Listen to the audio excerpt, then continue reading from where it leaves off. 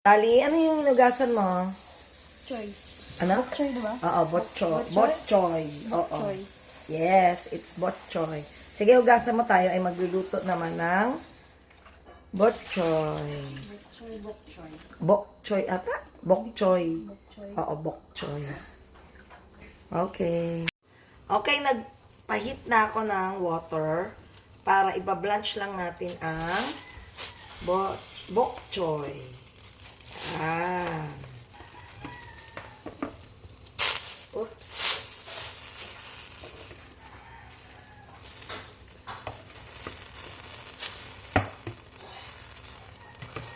Okay.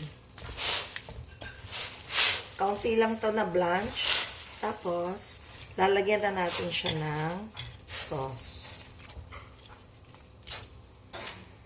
So, gagawa ngayon tayo ng sauce ng ating bok choy. Saidin muna natin yung meron tayo dito. Then,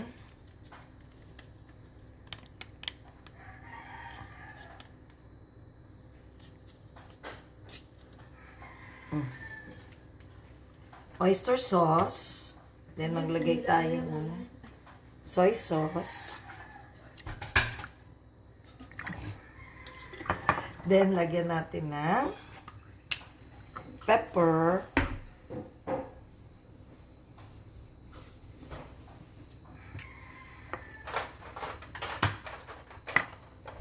Then, sugar.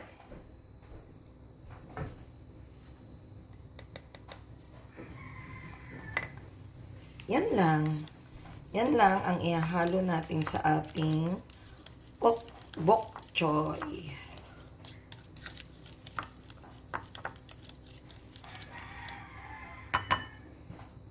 So, okay na to.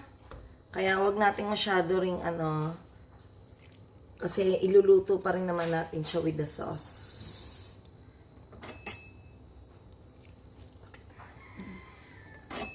Ouch.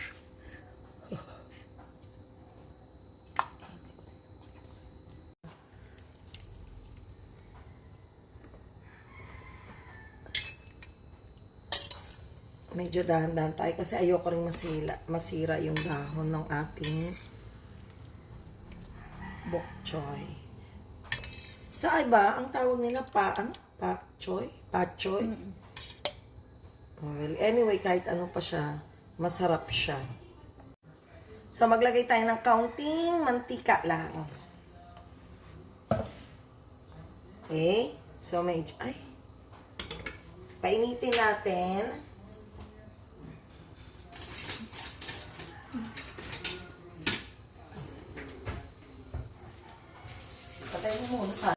Okay, lagay na natin yung ating bawang.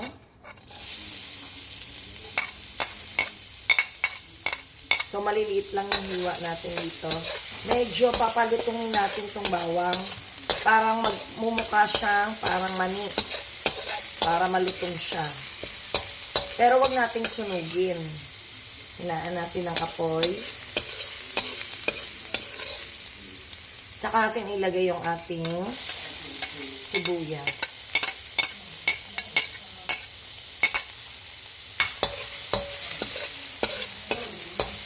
Okay. Next, maglagay tayo ng kaunting mani. Gumamit ako ng almonds, pero pwede kahit na anong mani ang ilagay nyo. Para lang mas masarap sa ating yung may nakakagat-kagat na malutong. Pag tayo kumain ng gulay. Okay, ito na yung nilagay nating sauce.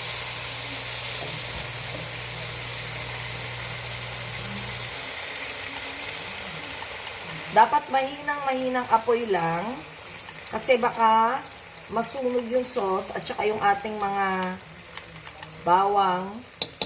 Papait yung ating luto. Mix lang natin sila. Okay, mix lang. Okay, so ito na yung ating sauce. Lalagyan na natin ng ating Bok choy. Ano? Bok choy. Bok choy. Bok choy. Choy? Ano ba? Choy, hindi ko ano. Bok choy. choy. Bok choy.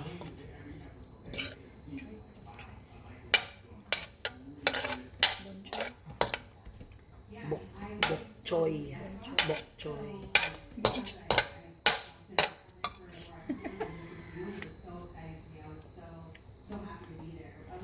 So, buo dapat pa rin. Hindi natin siya ano.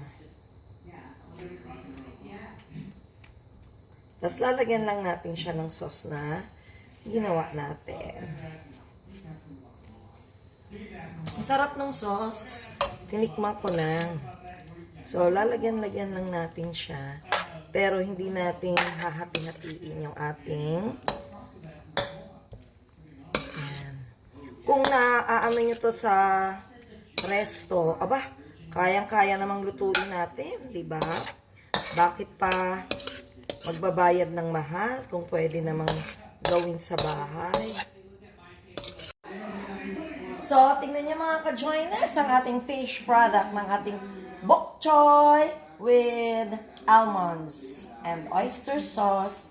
Let's eat na mga ka-joiners. Gusto niyo bang itry ko? Kasi ang sarap.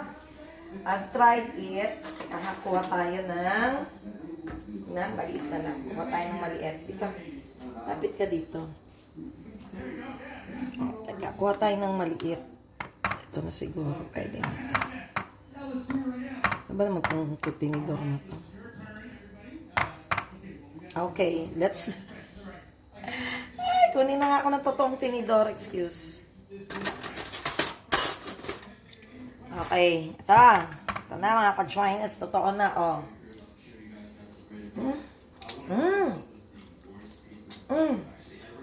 Ang sarap ng timpla. Tapos yung nuts niya, malutong. Even the garlic. Ang sarap. The best. Sarap. Tapos alam mong fresh yung gulay. Ang sarap.